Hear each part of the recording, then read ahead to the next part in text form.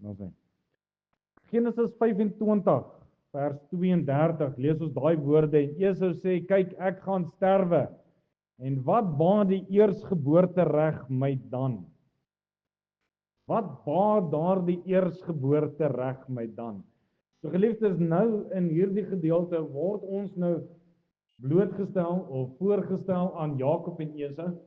En nou sien ons hoe dat die waarheid van Genesis, die begin met die sondeval wat nou ingekom het, met moeite sal jy kinders baar, sien ons hoe dat dit nou 'n effek het hierso, met hierdie tannie wat nou 'n tweeling in haar skoot het, en jy weet die een kom uit, en hy hang sommer aan die boetie se been vas, en al hierdie klas van goed, met groot smart en moeite het sy hierdie twee kinders gebaar, en die Here sê vir haar dat dit gaan twee nasies wees, twee volke, wat vanuit jou gaan voorkom, en die een gaan die ander een dien, en al die klas van goed.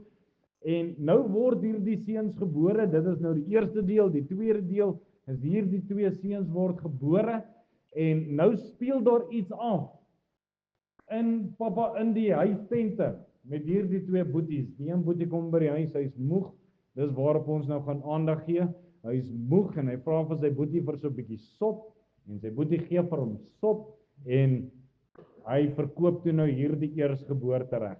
En nou ken ons ook daardie bekende verhaal wat ons later van lees, né?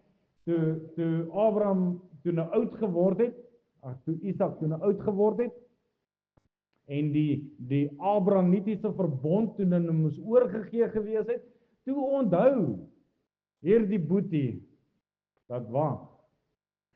My broer het sy eersgeboortereg van my afgesweer. Hulle ken die verhaal, né? En hoe dat daar bedreery in die familie toe nou ingekom het. Die een boetie het toe nou sy vel met hare gaan vermom, en sy maat hom toe nou gehelp om wildsvleis te kook, sodat sy pa dit kon geniet.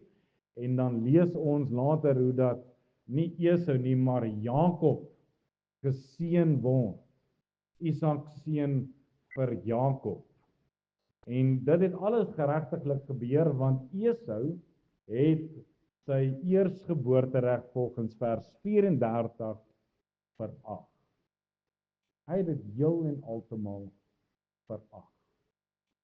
En na aanleiding van dit, geliefdes, wil ons graag met u praat in hierdie oggend onder die tema alles vir niks. Seun versop om alles te verruil en niks daarvoor te kry nie. Het jy al so besluit gemaak? Ek het al. Ek het al 'n besluit in my lewe gemaak waar ek bitter spyt getoon het vir dit wat ek gedoen het.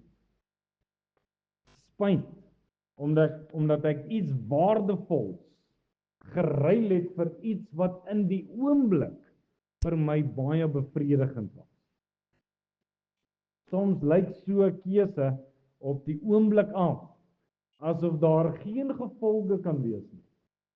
Soms lyk dit asof so 'n keuse, jy weet, niks inhou nie. Maar gee dit 'n week. Gee dit 'n maand. Ons weet elke keuse wat ons het, dra 'n prys. En in hierdie gedeelte vandag sien ons dit juis.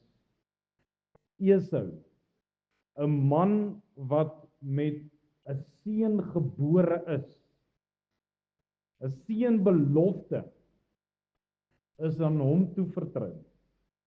En hy kom maak een van die slegste transaksies wat ons in die hele Bybel vind, waar hy daai eersgeboortereg gaan verag, gaan verruil, gaan verkoop vir pot sop, vir 'n bordjie sop. Sy eersgeboortereg, 'n onskatbare geestelike en familie-erfenis, gaan gee hy weg en in ruil daarvoor kry 'n paar stukkies brood en 'n bakkie sop. En geliefdes, hierdie storie is baie meer as net antieke geskiedenis. Dit is 'n lewendige prentjie van 'n keuse.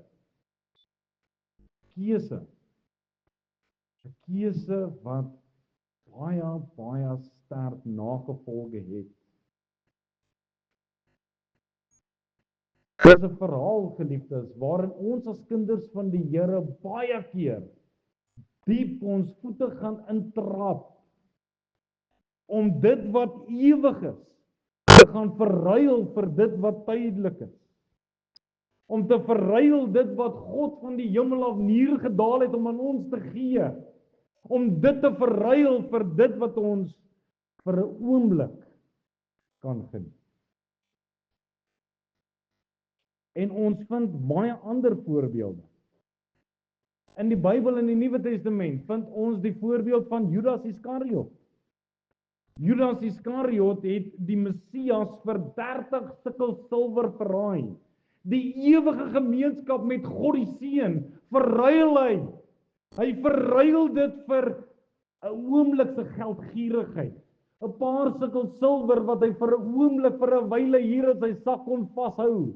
'n Paar stukkel silwer wat hy winkel toe kon gaan en dit kon gaan blaas het, maar hy verruil dit vir die ewige gemeenskap met die Seun van God.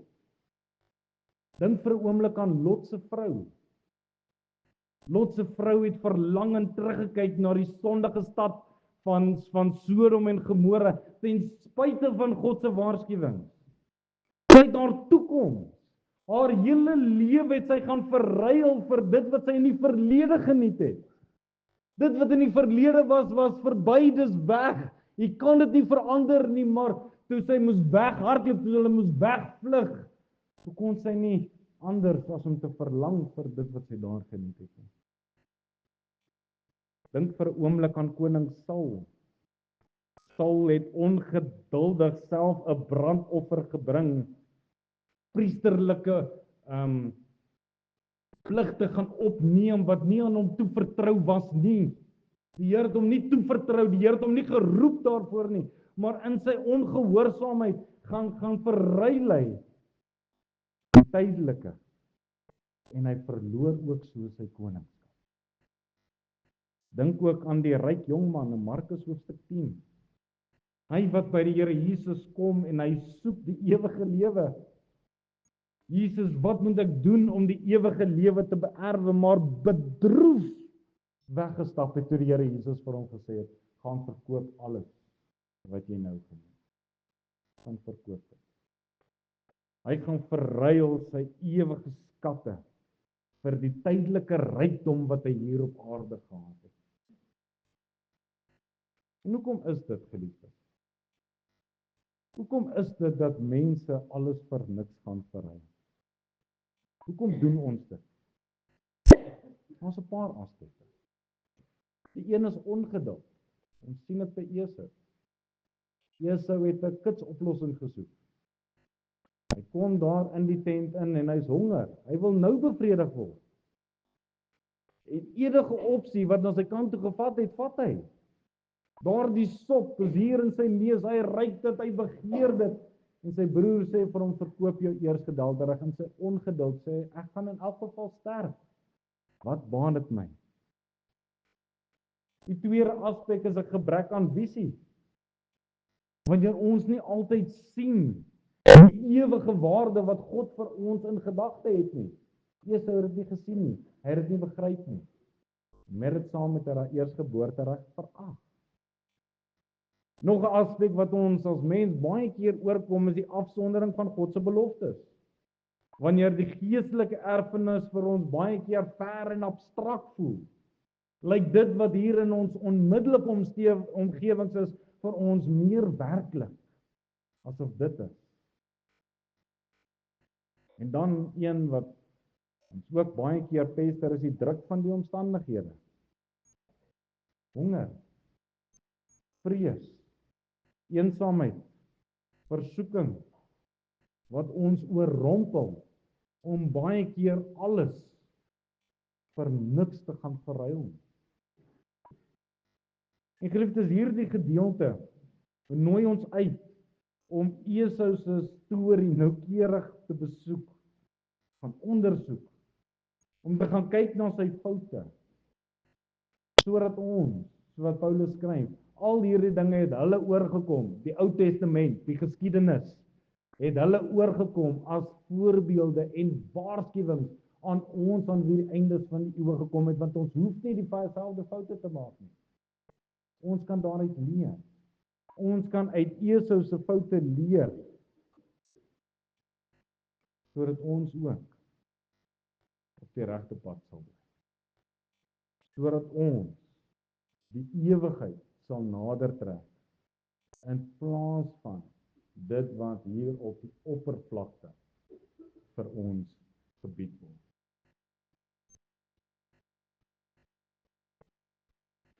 Die eerste ding wat ons moet raak sien vanmôre, is Esau se geboortereg was 'n kosbare geskenk. Nou om die erns van Esau se besluit werklik te verstaan, moet ons die volle betekenis van die eersgeboortereg, moet ons dit eintlik so 'n bietjie oopmaak en sien, wat is hierdie eersgeboortereg eintlik? So in die kultuur van die antieke Israel was die eersgeboortereg, die bekora, was veel meer as net 'n familietradisie of familieerfenis. Dit was eintlik 'n heilige vertroue. Dit was 'n roeping. Dit was 'n diepgaande geestelike, sosiale en ekonomiese implikasie wat 'n man as eersgeborene by hom gedra het. Dit het ingesluit, eerste, 'n dubbele deel van die erfenis. Wanneer jy gaan kyk na die Ou Testament, dan sal jy sien die eersgebore seun was geregtig op 'n dubbele deel van sy vader se boedel. So hy het meer gekry as die res. Dit het beteken dat Esau as die eersgeborene van Isak 2 keer soveel as enige van sy broers of sy susters moes ontvang. Deuteronomium 21 vers 17 wys vir ons hierdie gedagte, maar hy moet die eersgeborene, die seun van die geliefde vrou, erken deur aan hom 'n dubbele deel te gee van alles wat hy besit, want hy is die eersteling van sy krag, die eersgeboortereg is syne. Dit het ook getoon dat wanneer die man, die pa sou sterf, dat hierdie eersgeborene sou opgestaan het en leierskap van die familie oorgeneem het. Hy sou die familie gelei het, daar waar hulle moes gaan.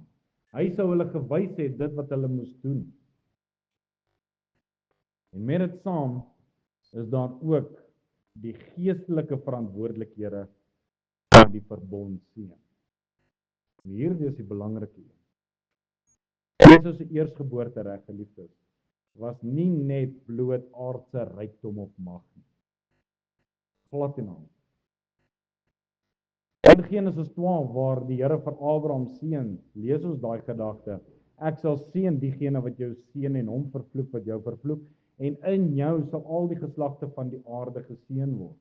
Genesis 27 vers 29: volke sal jou dien en nasies voor jou neerbuig, wees 'n heerser oor jou broers, en die seuns van jou moeder moet hulle voor jou neerbuig. Vervloek is hulle wat jou vervloek en geseënd is hulle wat jou seën. Sien u die kosbaarheid van hierdie eersgeboortereg wat hierdie man gehad het? En kom ons vat dit nou 'n stappie verder. Wanneer ons na die lyn van die Here Jesus kyk, dan sien ons dit begin by Abraham, Isak en Jakob. Moes dit nie gewees het Abraham, Isak en Esau nie? Ja, maar hierdie man het daardie eersgeboortereg gaan verag. Hy het dit net gaan weggee dat die koninklike lyn, die lyn van die Messias deur hom sou kom. Dit alles, geliefdes, vir 'n pot sop, vir 'n bordjie lensie sop. Geliefdes, kyk ons na die wêreld vandag en ons sien hierdie waardevolle erfenis wat die Here vir ons kom gee het. Sien ons hierdie kosbare geskenk wat God vir ons kom gee het, en hoe baie mense gaan verruil dit nie vir 'n pot sop nie. Johannes 3 vers 16, want so lief het God die wêreld gehad, sodat hy sy eniggebore seun gegee het, sodat elkeen wat in hom glo nie verlore mag gaan nie, maar die ewige lewe kan hê. Word almal gered? Nee, ongelukkig nie. Hoekom nie? Want ons ruil dit vir 'n pot sop. God is lankmoedig wat nie wil hê dat sommige moet vergaan nie, maar hy is lankmoedig en wil hê dat almal tot bekering kom. Kom almal tot bekering? Nee, want die roepstem van God het tot alle mense uitgegaan. Die Here kom en hy gee vir ons hierdie kosbare geskenk. Hy gee vir die mense hierdie kosbare geskenk dat in hom deur sy seun is daar verlossing sodat ons nie verlore hoef te gaan nie. En die mens hoor dit, hulle sien dit en hulle verkies die sop. Hulle gaan eet daai stukkies brood en verruil alles vir niks. Alles vir niks. En so kom Paulus en hy herinner ons dat die kennis van Christus alles oortref.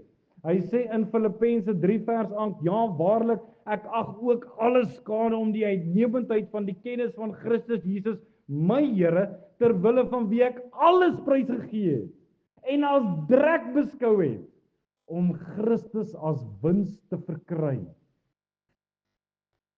Wat sê Paulus? Hy sê alles wat die wêreld my bied, alles wat die wêreld my wil kom gee, ek as drek beskou. Hoekom? Want ek wil Christus as my wins verkry. Dis my uitkyk. Dis waarheen ek op pad is. Ek het die wêreld gaan verruil en ek het vir Christus aangeneem. En geliefdes, baie mense leef soos Esau, gefokus op die onmiddellike bevredigende dinge hier op aarde. My bankrekening, die kar waarin wat ek ry, die werk wat ek het en al die klasse goed, dit beteken vir ons absoluut niks, want die Here Jesus het vir ons gewaarsku, want wat baat dit 'n mens as hy die hele wêreld wil, maar sy siel ly skade? Of wat sal 'n mens gee as losprys vir sy siel? Wat gaan ons gee as losprys vir ons siel? Daai bordjie sop? Sterker. Gaan nie werk nie. Dit gaan nie werk nie. Ons ook, geliefdes, het hierdie kosbare geskenk van God. En ons noem dit verlossing. Ons noem dit redding. Die weergeboorte. En dit gaan uit na elke mens. Elke mens hoor die roepstem van die Here.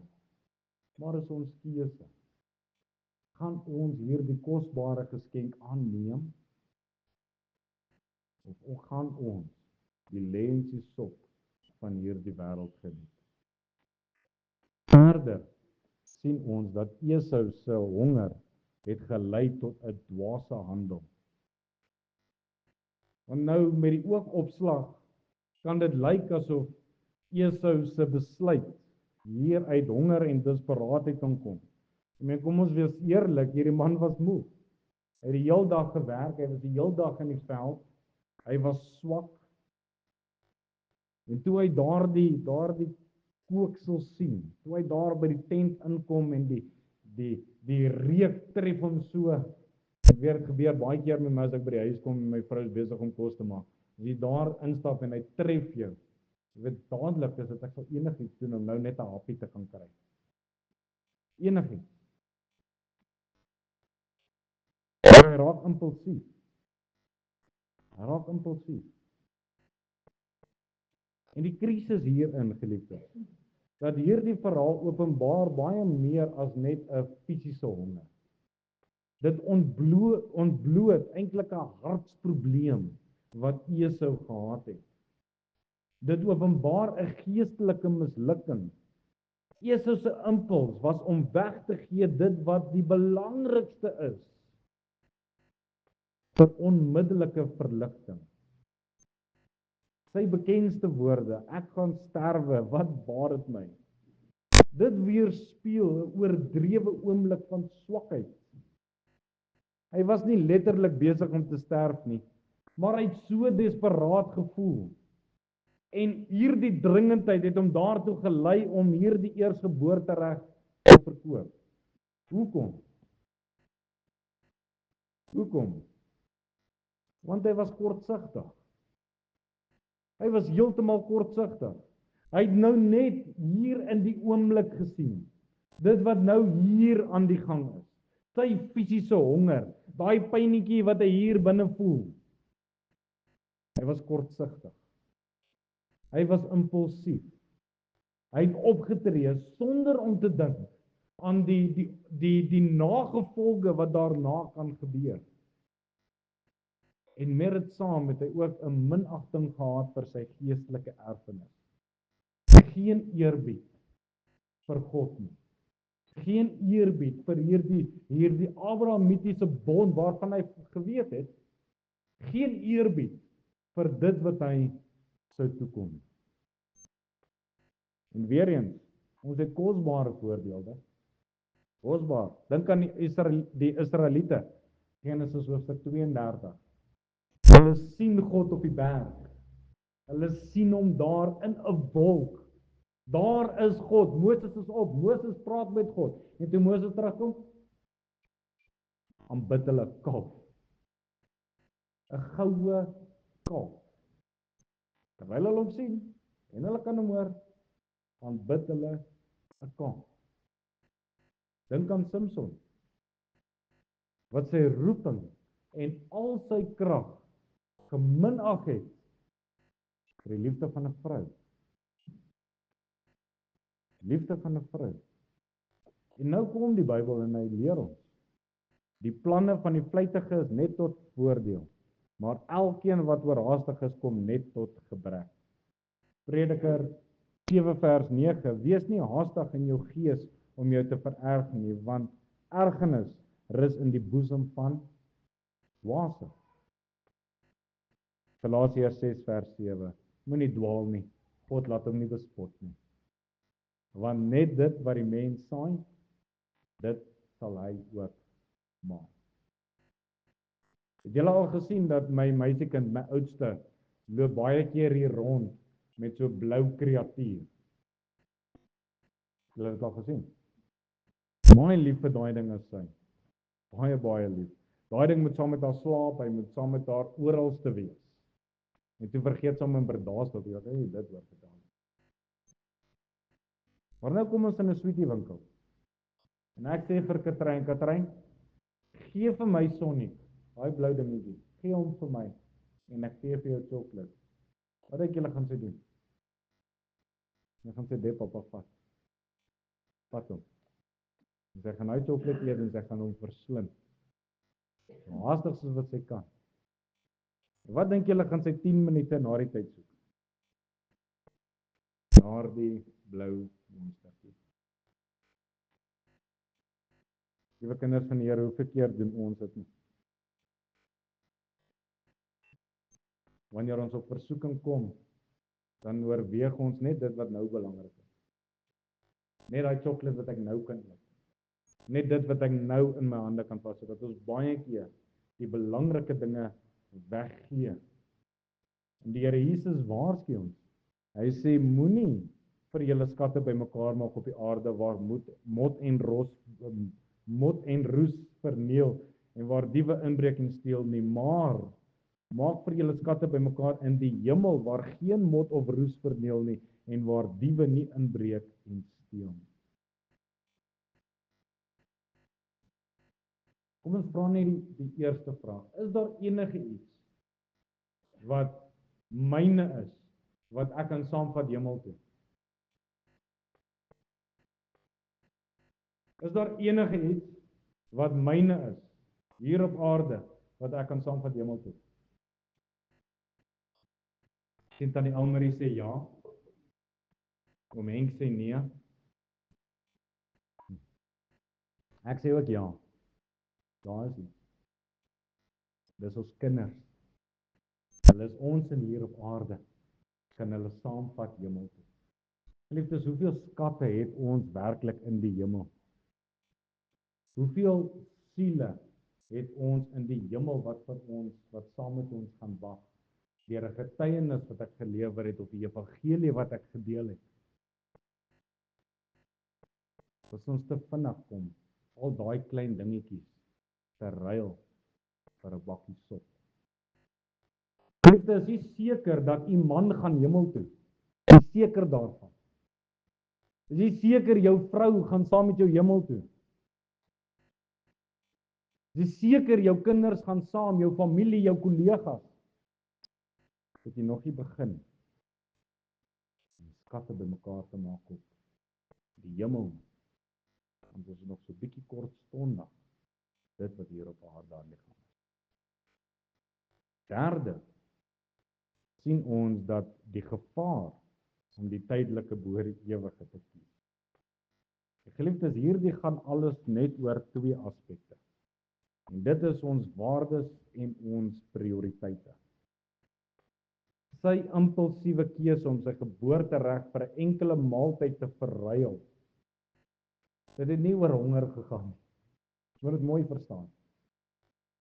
Dit het oor sy hart gegaan, wat die tydelike plesier bo die ewige seën gaan waardeer. Daardie wortelprobleem, die jong mense noem dit YOLO. You only live once. Want ons mos so, lewe net een keer. Ek weet nie of ek vir julle al vertel het nie, maar dis 4 tot dusver. Ek is nou 6 jaar in die bediening en ek het 4 jong mense begrawe wat vir my gesê het, dominee nie vandag nie, ek wil eers my lewe geniet. En later my saak met die Here regmaak. 4 van hulle, wat nie meer met ons is nie, waar YOLO te vinnig gekom het. Te vinnig. En Esau se keuse kom ontbloot 'n fundamentele menslike neiging, en dit is om dit wat ek nou kan geniet, bo te stel oor dit wat ewigheidswaarde het. Iets wat sy honger vir 'n paar minute gestil het, gekies bo dit wat God in 'n ewigheid vir ons kom gee. En weer eens, ons het kosbare voorbeelde. Markus hoofstuk 10, die ryk jong heerser. Hy wat na die Here Jesus toe gekom het, Here, hoe moet ek die ewige lewe beerwe? Die Here Jesus vir hom sê, los dit. Dink aan Saul se ongehoorsaamheid. Toe die Here gesê het, vernietig alles, toe besluit hy, van daai dingetjies gaan ek vir myself hou. 1 Samuel hoofstuk 15. En hy doen dit. En die Here het hom gestraf. Die dwaase ryk man, wat vir hom skure en skure en skure gaan bou het, sodat hy ryker en ryker en ryker kon word. Ongelukkig kan jy nie die kaartjie hemel te koop nie. En dan het ons 'n heeltemal ander gesprek gehad. En nou skryf Paulus. Hy sê in 2 Korintiërs 2 vers 18, omdat ons nie let op die sigbare dinge nie, maar op die onsigbare, want die sigbare dinge is tydelik, maar die onsigbare is ewig. Kolossense 3 vers 2, bedink die dinge wat daarbo is. Bedink die dinge wat daarbo is, nie wat op die aarde is nie. Moses is nog 'n voorbeeld. Deur die geloof het Moses, toe hy groot geword het, geweier om die seun van Farao se dogter genoem te word, omdat hy verkies het om liewer sleg behandel te word saam met die volk van God, as om 'n tyd lank die genot van die sonde te hê en die smaad van Christus groter rykdom geag het as die skatte van Egipte, want hy het uitgesien na die beloning. Verbeel jouself. Iemand kom gee vir jou, boets, 'n man kom gee vir jou net so groot diamant. Alraai, boets, joune, geniet hom. En nou kom ek en ek vra vir jou, boets, ek gee jou R20. En wat? Nee. En die waarde nadat ek hom verkoop het, is soveel meer groter. Maar ongelukkig is daar so baie manne, mense, wat hierdie diamant gaan verkoop vir R20. Daai R20 koop hulle 'n pakkie chips, die pakkie chips terug, en wanneer hulle die pakkie chips klaar gegee het, raai waarna verlang hulle? Die diamant. As ek hom maar net gehou het. En geliefdes, vandag kom die vraag net na u toe.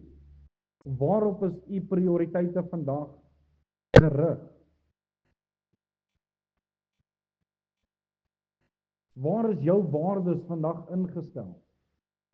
Word jy in die versoeking gebring om jou geloof, jou roeping, jou geestelike erfenis te verruil vir kortstondige plesiere van hierdie wêreld.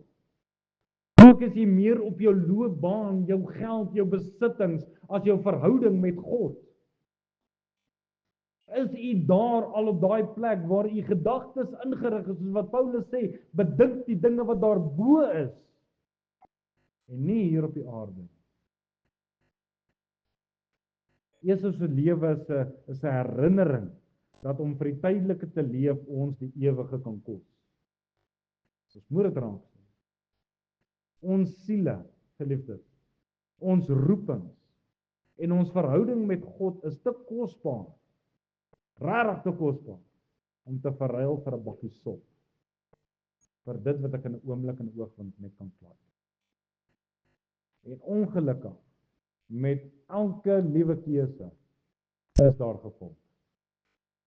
Want sy impulsiewe besluit om sy eersgeboortereg vir enkele maaltyd te verkoop, lewenslange gevolg.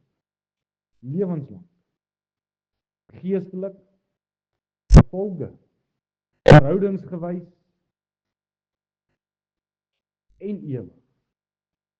Sy lewe kom herinner ons daaraan dat swak besluite wat in 'n oomblik van swakheid geneem word, lewenslange, selfs ewige reperkusies kan hê.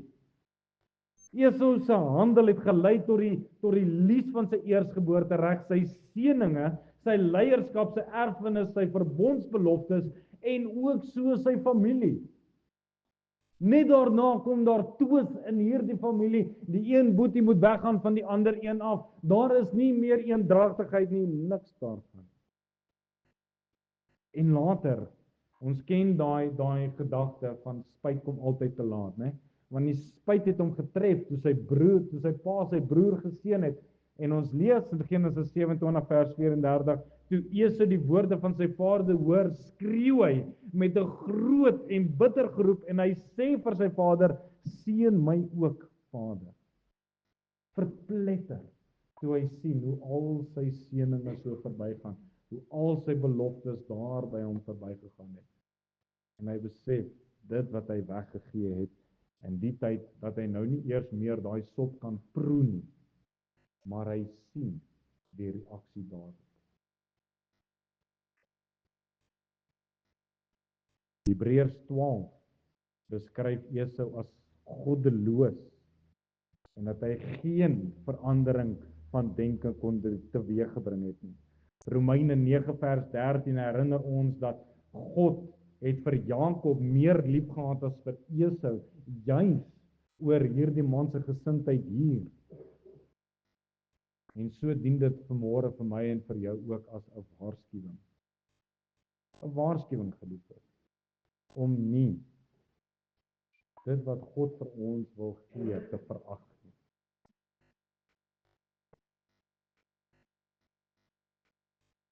Ons sien weer eens kosbare voorbeeld. Saul, 1 Samuel hoofstuk 13, sy ongeduld en sy ongehoorsaamheid het gelei dat hy sy hele koninkryk gaan verloor het. Ons praat weer oor Judas, wat die Here Jesus verraai het. En dit het gelei tot selfmoord. Daar gaan hang hy homself weens die keuse wat hy gemaak het. Samson se ballingskap. Daar die kompromie met Delila. Delila. Hulle neem hom in gevange. Hy's blind, verloor al sy krag, net omdat hy God se roeping geminag het.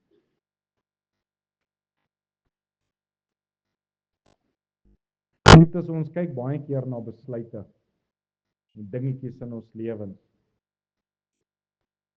En omdat ons nie gefestig is in ons verhouding met die Here nie, is dit baie maklik om 'n vinnige besluitjie te maak en prys te gee dit wat die Here vir ons 'n gedagte het, net omdat ons nie luister nie.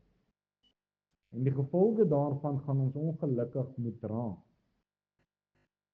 En ons moet ook verstaan dat sommige keuses soos Esau se onomkeerbaar is. Dink byvoorbeeld aan Farao. Hy was 5 keer gewaarsku en toe sê die Here, nou sal ek sy hart verraai. As hy nie wil luister nie, gaan hy ongelukkig moet voel. En alhoewel Esau se verhaal tragies is, moet ons ook weet, geliefdes, dat God se genade bly vir diegene wat berou het en hulle self na hom toe wend. 1 Johannes 1 vers 9 sê, as ons sondes bely, hy is getrou en regverdig om ons die sondes te vergewe en ons van alle ongeregtigheid te reinig. Geliefdes, moenie jou ewige erfenis, dit wat God vir jou kom gee, moenie dit verruil vir 'n bakkie lentsies op nie. Nie die moeite werd. Jy gaan daardie sop proe vir 15 minute. Die genietinge gaan ons gebruik vir 'n paar minute. Maar dit wat hier op aarde is, maak nie saak. Dis dit wat daar bo is wat saak maak. Dis die feit dat God sy seun gestuur het, sodat ons gered kan word. Dat ons in verhouding met hom kan wees. Geliefde, is u in verhouding met die Here vandag? Is daar 'n band tussen jou en die God van die heelal in hierdie oggend? Baie sal in daardie dag vir my sê, Here, het ons nie in u naam koeksisters vir die kerk gebak, kosbare dinge gedoen nie, duiwels uitgedrywe, gebid, Bybel gelees, kerk toe gegaan, en die Here Jesus sê, gaan weg van my, hoekom? Want ek het jou nooit geken nie. Daar was nie 'n verhouding nie. Dis die eienskap. Dis die bepalende mag. Baie keer vat ons daai verhouding, geliefdes, en ons verruil dit vir sop. Ons verruil dit vir bietjie laat slaap. Ons verruil dit vir inkopies op 'n Sondag. Gaan kyk hoe lyk die mall nou. Dis daag jy uit. Gaan kyk hoe lyk die mall. Wat sien ons raak? Ons sien mense wat die ewigheid ruil vir 'n bakkie sop.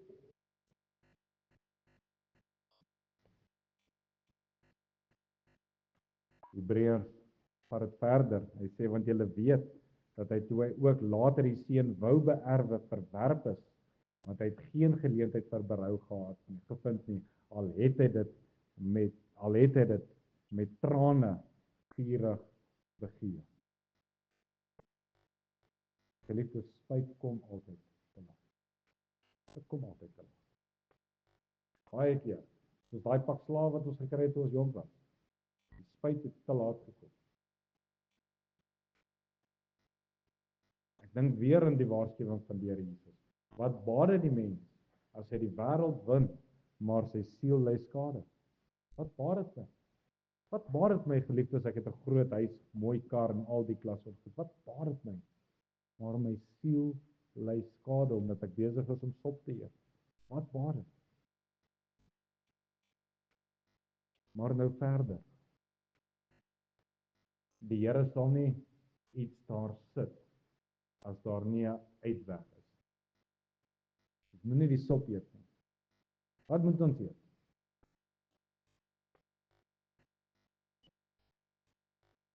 Ja. Ja. Jesus sê vir hulle, ek is die brood van die lewe. Wie na my toe kom sal nooit honger kry nie. En wie in my glo, sal nooit honger kry. Daar's die oplossing. Met elke probleem kom gee God 'n oplossing. Johannes 6 vers 35 lees ons waar Jesus se oplossing eintlik moes gewees het. Want op hierdie stadium in u lewe vandag, geliefdes, is daar twee dinge op die tafel. Die sop van hierdie wêreld en die brood van die Here Jesus. Wat gaan u kies? Wat gaan u kies? Mag ons almal uit Esau se fout leer en die seëninge koester wat God in ons lewens geplaas het en daardeur uitstyg en uitleef vir hom wat ons tog so perfek en so mooi gemaak het. Dit is oppas om nie alles vir niks te verruil nie, maar bly by die brood van die lewe. Want as ek by hom bly, sal ek nie honger kry nie. Die sopbakkies van die wêreld gaan my nie pla nie. Ek gaan dit kan aankyk en kan sê nee, dankie. Maar as daai honger eers ingekom het, is dit tyd om terug te gaan na die Here Jesus. So dank as jy vanmôre honger. Dank is daar 'n begeerte, 'n behoefte wat die Here in jou lewe moet kom doen. Die Here Jesus nooi uit. Hy sê kom eet, kom kry. Dis gratis en verniet, maar dit net gaan. Amen. Kom ons bid saam. Here Jesus, baie dankie dat ons hierdie verhaal kan lees en terwyl dit vir ons 'n bietjie tragies is, dat 'n man so ver geval het. Weet ons ook, Here, dat ons kan identifiseer met hom. Ons weet, Here, dat daar is baie foute wat hy gemaak het, wat ons vandag nog maak. Daar is baie keer, Here, waar die sop so aanloklik lyk. Lyk so bevredigend, asof ons dit kan geniet, en dit sal ons ewige bevrediging gee. Maar Here, help ons om liewer uit te kom by U. U, Here, wat gesê het, U is die brood van die lewe, en as ons na U toe kom, en daarvan eet, dat ons nooit weer sal honger kry nie.